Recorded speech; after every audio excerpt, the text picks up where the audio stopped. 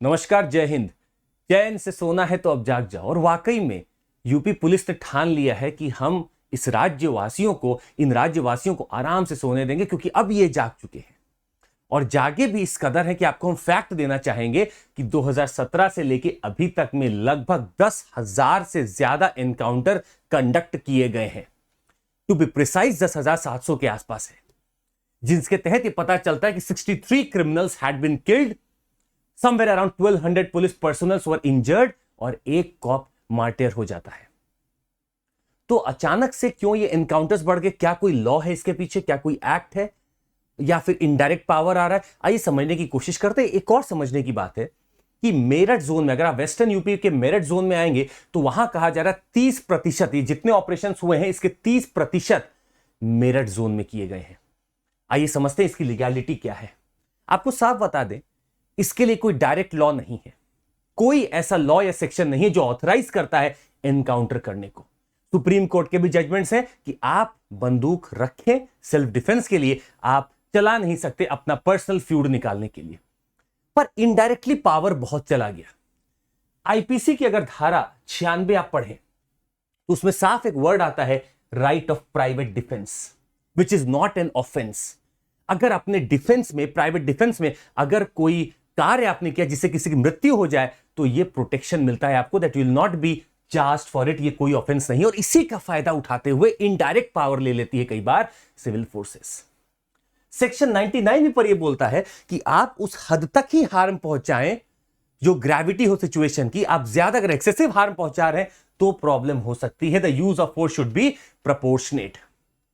तो सेक्शन 96 को indirectly use अगर किया जाए तो शायद कहीं ना कहीं तो दिख जाता है कि आप शूट कर सकते हैं if you have got the civil power with you. खैर, ये अकेले नहीं है।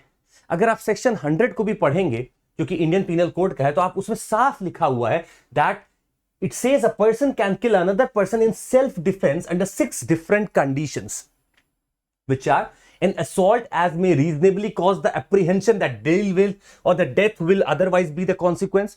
कोई ऐसा असॉल्ट है आपके ऊपर जिसका कॉन्सिक्वेंस डेथ हो तो आप सामने वाले को मार सकते हैं।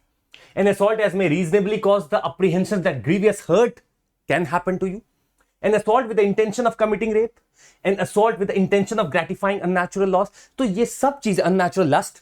An assault with the intention of kidnapping or abducting। An assault with the intention of wrongfully confining a person। तो अगर आपको कहीं भी ऐसे अंदाजा हो कि इनमें से कुछ भी ऐसा हो रहा है तो आप अपने सेल्फ डिफेंस में, अपने बचाव में यू कैन डू दिस। कहीं ना कहीं पुलिस भी इसका फायदा उठा लेती है और हो सकता है मे बी कि एक अप्रीहेंशन हो that the prisoner is running away. It can be having, it has snatched the pistol, जो कि बताया भी जाता है कि पिस्टल छीना हमसे और हमने सेल्फ डिफेंस में सर गोली चला दी। तो ये आपको सेक्शन 100 के अंदर आपको फिर भी सुविधा मिल गई कि आप बच जाएंगे। इतना ही नहीं, आपको बताएं, code of criminal procedure CrPC जब आप पढ़ेंगे उसका सेक्शन 46 है। It says that if such a person forcibly resist the arrest, अगर आप किसी को अरेस्ट करने गए हो, वो अरेस्ट नहीं कर रहा है, वो अपने आप को रेजिस्ट कर रहा है और attempts to evade the arrest, such police officer और other person may use all means necessary to capture him. अब ऑल मेजर्स आपके पास अगर ले दिया तो you have got a pistol, you might use it. इसके तहत भी कई बार एनकाउंटर्स किए जाते हैं और लोग बच जाते हैं।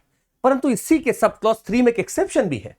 Nothing in this section gives a right to cause the death of a person who is not accused of an offence which is punishable with the death और with some grievous crime.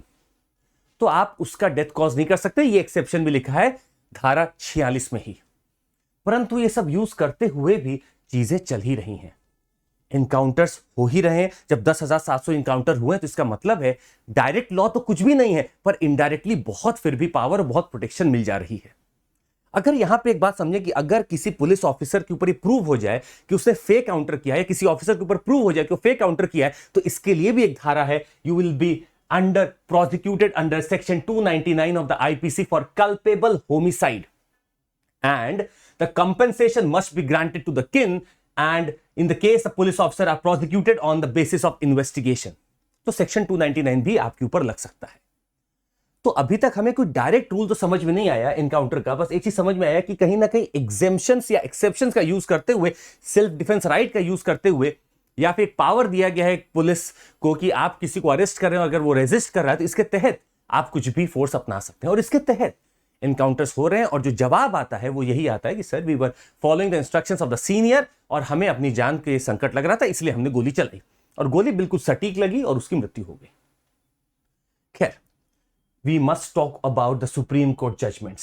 Supreme court एक case है extra judicial execution victim families association and others versus union of India. इसने साफ साफ बोला that the self defence और private defence falls in one basket. Defence एक basket में है और एक्सेसिव फोर्स और रिटेलिएटरी फोर्स यूज करना अलग बास्केट में है।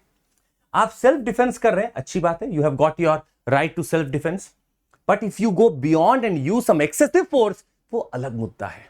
तो you will have to separate कि कितना प्रपोर्शनेट आपने कदम उठाया और वाकई में कितना जरूरी था। उसके पास कोई हथियार नहीं है, फिर भी अगर आप उसके ऊपर गोली चला रहे हैं तो इसका मतलब है आप डिसप्रपोर्शनेट यूज कर सकते हैं फोर्स का।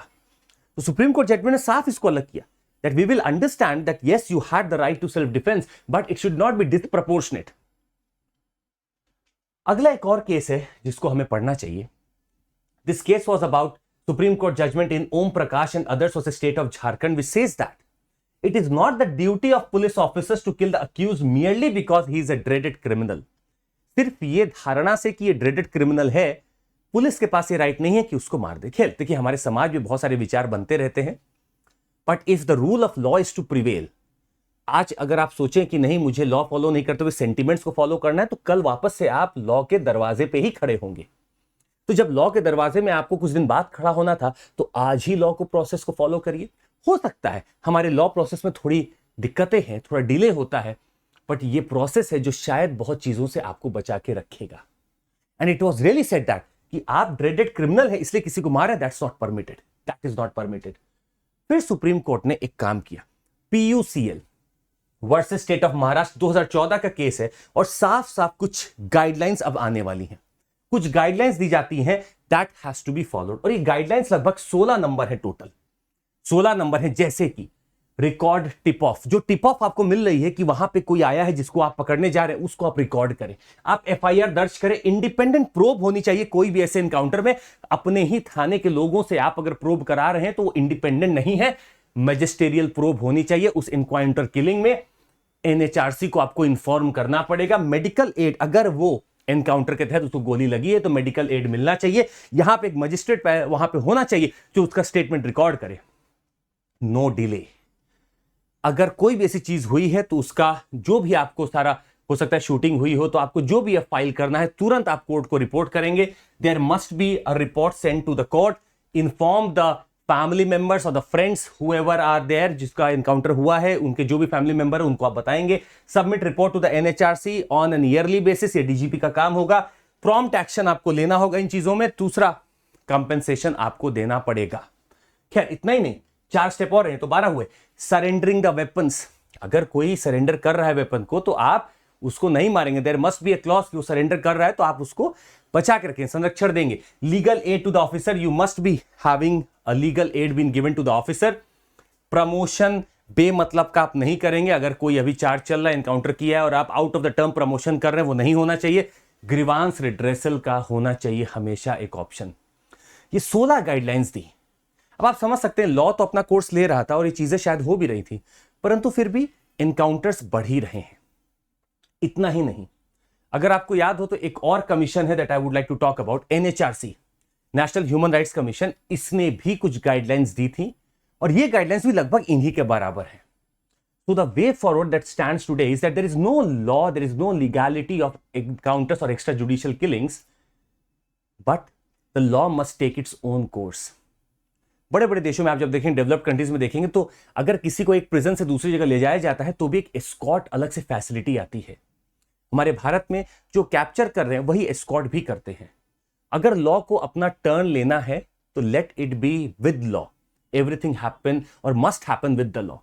अगर आप खुद इसके बियॉन्ड जाके काम कर रहे हैं, we can understand the sentiments, पर you are someone who has to follow the constitution first and then must be taken up by the sentiments. अगर लॉ उन्हीं सेंटिमेंट्स के हिसाब से ही बनाया गया है तो आप पहले लॉ को फॉलो कर सकते हैं, उसके बाद आप शायद चीजों को देखें।